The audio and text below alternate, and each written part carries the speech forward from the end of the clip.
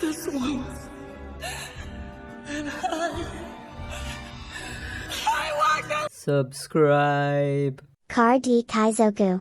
Hey y'all, so my dream is to make content full-time, but also I'm stupid and I am not making it any easier for myself because all the content on my channel is free. I don't lock any guides, deck lists, tier lists, or any other informational content behind a paywall. I feel like I helped put a lot of eyes and new players onto the game, but I've also always felt like alienated from the community as a whole. But yeah, I'm never gonna compromise on always being myself, so I'm just gonna have to figure out how to do it on my own. And by doing it on my own, I mean asking you guys for help. So if you like what I do and want to support me, consider backing me on Patreon, and even just sharing my content around or recommending my channel to people really helps, so I really appreciate it. Thank you! This video is sponsored by Card Market, Europe's largest online marketplace for trading card games.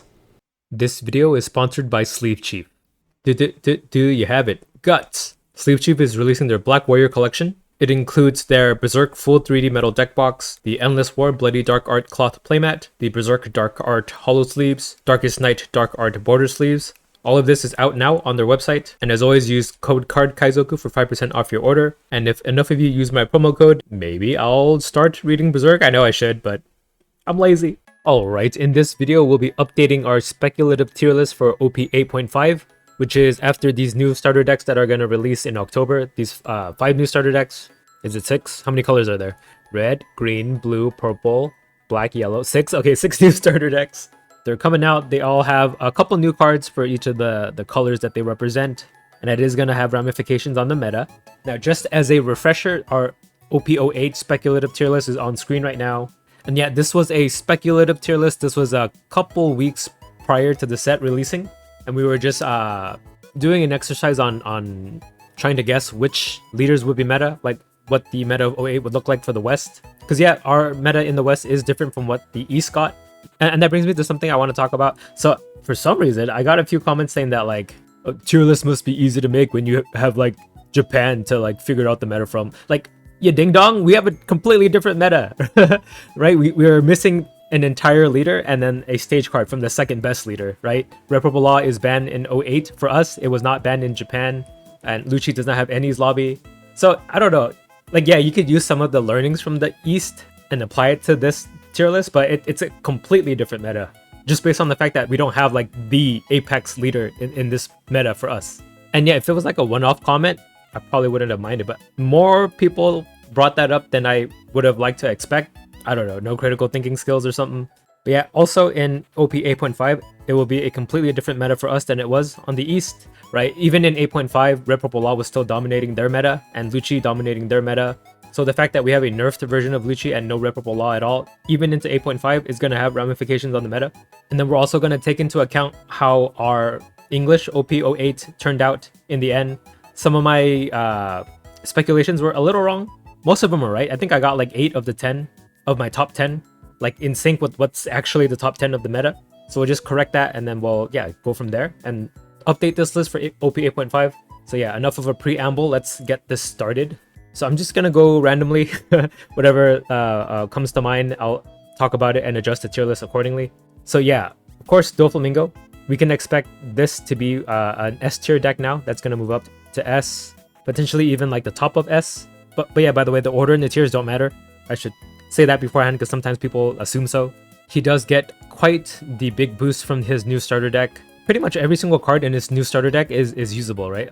This Law is a pretty big addition to the deck. So is this 2k counter rearranging buggy, and especially this blocker boa that can rearrange and put Rested down on leader and block and attack and do everything for the deck. I have a Doflamingo deck breakdown that I uploaded this week too, by the way, if you want to reference everything that I'm talking about with this leader.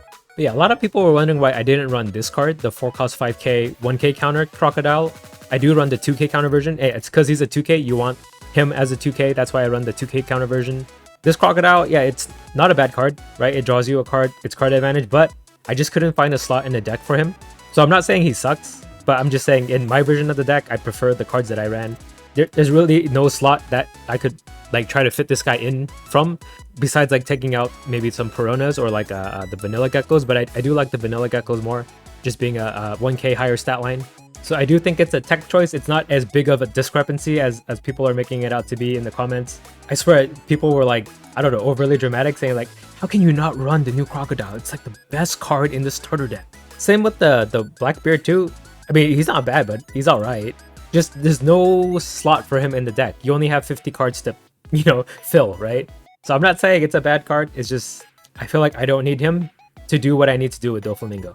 So yeah, with that, Doflamingo becomes the like aggro deck of the meta, and it's gonna remain so in OP09. That does mean Zoro kind of gets shoved out of the limelight. He might go down to A tier in that case, because with Lucci and then starter deck 14 Luffy in the meta, and then Bonnie if they run the A-Cost Kid variant, Zoro does have a tough time against those decks, and those three are like top meta decks. And speaking of, Lucci will stay up here, of course, because Lucci actually does pretty well into Doflamingo, which will be like the deck to have to like be able to survive against, and Lucci does that pretty well, right? The 4-cost Lucci lets him kill 2 things. It really keeps Doflamingo's board at bay. Likewise, Black Yellow Luffy should remain at the top, only because Egghead Luffy can kill a lot of Doflamingo's bodies, Egghead Nami can kill Doflamingo's bodies. Black Yellow Luffy does get that elevated like 9k stat line in the late game too, making it hard for your opponent to attack into you with all their like 5k 7 Warlords characters. And then yeah, Black Yellow Luffy is just good against Lucci in general, so that's why he remains up here. Now with Doflamingo's popularity, I do think Pudding will drop down to A, might even go to Rogue actually. We'll keep it in A for now just to be a little conservative. And then Bonnie, I think Bonnie should still be an S, right? A 9-cost Zoro decimates Black Yellow Luffy. Against Lucci it's a little harder, but you just have to hope you get your Basil Hawkins. But yeah, without Annie's lobby, Lucci does run a lot more Ice Age now, and that makes it a lot better against a lot of the high-end decks that play big costed characters. So just an unfortunate consequence of that banning. But still, Bonnie is better than a lot of the decks on here. And then Bonnie does get a new card in the starter decks too, in the form of this Shanks, right? She has another late game option besides Doflamingo, besides Zoro, besides A-Cost Kid. So Shanks just outright kills any rested characters on play. And then since it's 9 Dawn, you do have access to 1 Dawn for your leader ability, so it plays perfectly into the kind of Bonnie playstyle. And then up next, Gecko Moria, I overrated him. He's actually not as great anymore, so he's gonna go down to Rogue. Kogara did not get any new support from the Katakuri starter deck. Now for 08, I think he might still be A tier, but once 09 hits, he's definitely gonna drop to Rogue. So I'm gonna put him here for now, gonna leave him here until further notice. Likewise with Reiju, Reiju is still strong. She did not gain anything from either the Doflamingo or the Luffy starter deck, but yeah, she kind of has everything she needs already from OP06 anyway. Then Nami might still stay in A. She does still have a good matchup into Lucci and Black Yellow Luffy, and then Bonnie, unless Bonnie plays Zoro. But yeah, she does die to Doflamingo and Zoro. But actually, because of Purple Luffy, we're gonna go over that next. Purple Luffy's gonna jump up in tiers, and Purple Luffy does really well into Nami. Nami might drop down to Rogue after that then. Right, there's like what, half the decks up in the top 2 tiers here do well in Nami, so maybe she doesn't have as much of a commanding presence anymore. And then speaking of, Purple Luffy is going to jump up to A. I think Purple Luffy is not going to be S tier yet. He will be S tier in 09. It's just that he needs a couple more pieces from 09 to make him truly a top tier deck. He needs Gum Gum Giant. This is like the best purple counter event, one of the best counter events in general. It's run in Purple Luffy, it's run in Red Purple Luffy, it's run in Purple Black Luffy. Any purple deck will run this event. And I just noticed, how come all the purple leaders that are in the meta now are like all Luffy? I don't know, coincidence? It's also missing this Searcher Law from 09 too. This helps with the consistency of getting your like 7-cost Luffys, or the thing you want to cheat out with 7-cost Luffy. But yeah, just getting this new Straw Hat package from the new starter deck. This Luffy Taro who can cheat out a Sangoro, and then this 4-cost 6k Searcher Zoro. And at first I didn't like this card, but this Nami is actually pretty good. It filters out your hand, and then 4-cost isn't too easy to remove. But yeah, by power, she's really easy to kill. And then yeah, Usopp is a great like utility card. It's a 2k counter, and it's like a better EZO too when you need it. So pretty much every new card in the new starter deck is run in Purple Luffy. I might even venture to put him in S a little early, because he's putting in considerable results now against Lucci and starter deck 14 Luffy. Nah, I think he really does need Gum Gum Giant to be truly S tier. He's like on the edge of S and A. And since I'm not ordering the leaders within the tiers, don't pay mind that I put him at the end here. And yeah, a leader that I did not have in my original speculative tier list is starter deck 14 Luffy. He should be S tier. I think he's proven his worth now. It just goes to show that any black deck that can run Gecko Moria seems to do pretty well. And speaking of, a new leader that's going to enter the tier list here is Smoker. So I think Smoker might also actually be A tier.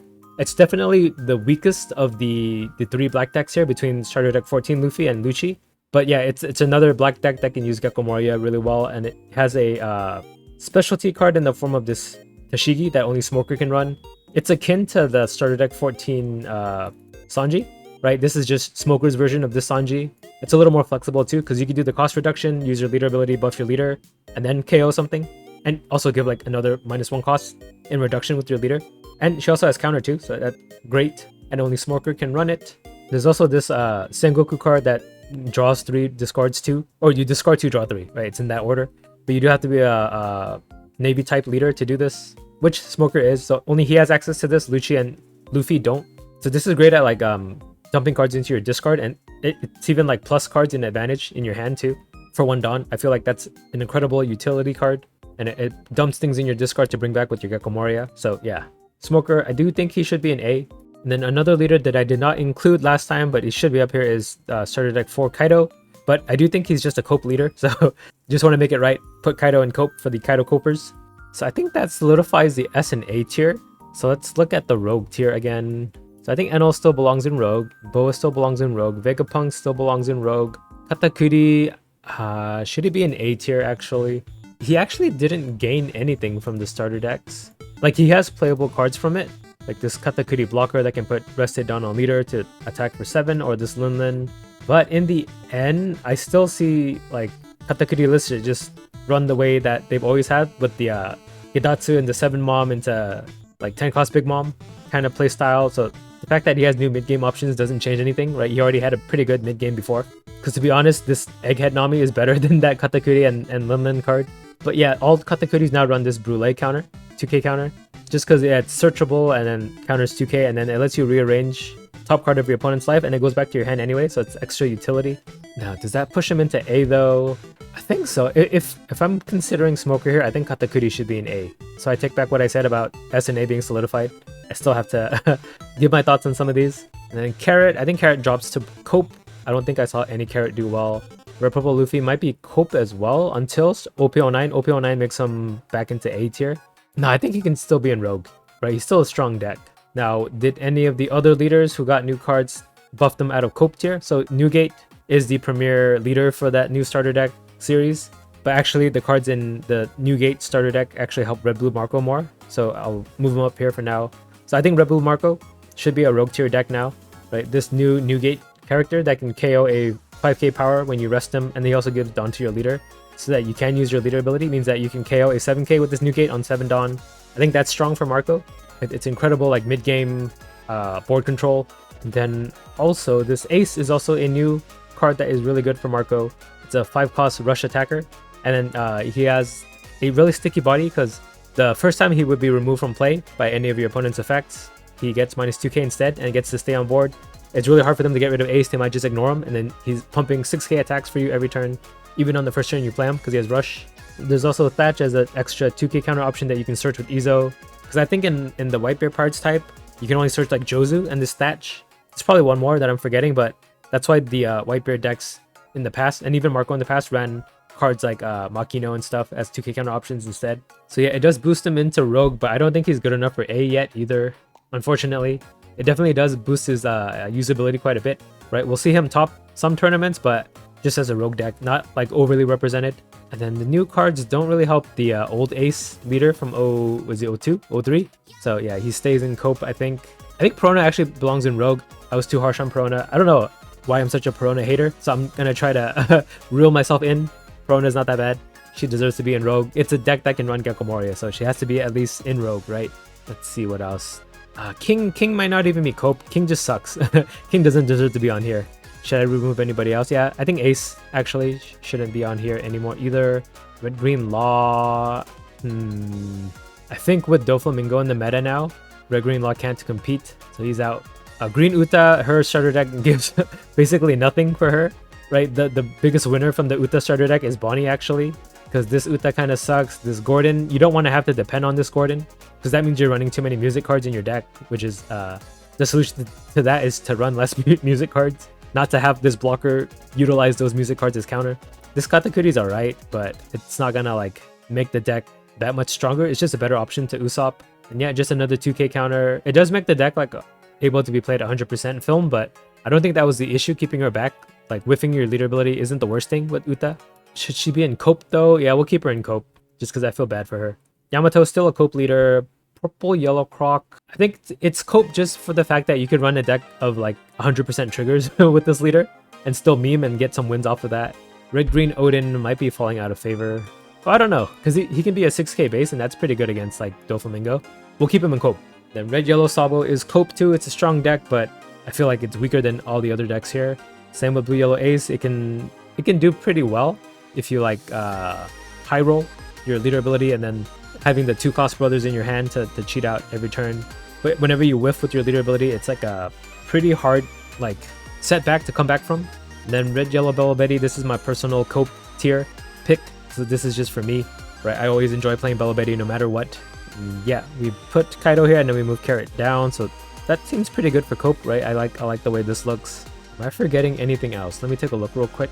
Oh, I think Queen is pretty Copey, right? Against decks that can't really deal with the Queen strategy, Queen just dominates. But yeah, dice to like Doflamingo, dice to Zoro, dice to Kagura, dice to Luffy now. It's really only good against like slow decks. What else? That's it, huh? So this is where I'm at for now with the tier list. We'll see how the actual meta shakes up once the starter decks get released and there's a few tournaments. Because this will be our meta right before Nats, the second wave of nationals in Florida. So these tournaments are going to matter for getting that invite to that second wave of national championships. So people will be trying their best. So what do I have in S and A? 1, 2, 3, 4, 5, 6, 7, 8, 9, 10, 11, 12. I have 12 picks in S and A. Should I keep it to 10 and put some of these in Rogue?